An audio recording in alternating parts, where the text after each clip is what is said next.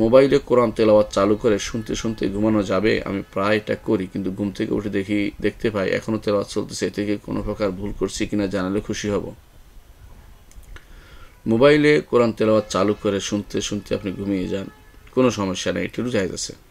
কিন্তু আপনি চালু করে দিয়ে যখন আপনি ঘুমিয়ে যাচ্ছেন, তখন কি এটা থেকে মুখ ফিরিয়ে নিচ্ছেন কিনা, এটা হলো মূল কথা। যদি এটা থেকে মুখ ফিরিয়ে ধরা হয় তাহলে কিন্তু ভীষণ গুণের কাজ।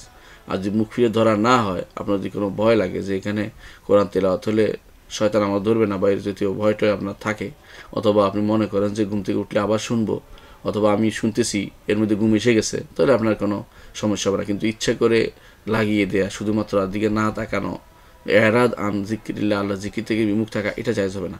তো আমার বিশ্বাস আপনি যেটা করছেন সম্ভবত আপনি শোনার জন্যই করছেন, কোনো বিমুখ হওয়ার উদ্দেশ্য নেই, তাহলে সেটার জন্য কোনো গুনাহ হবে না, সেটার জন্য কোনো গুনাহ হবে না।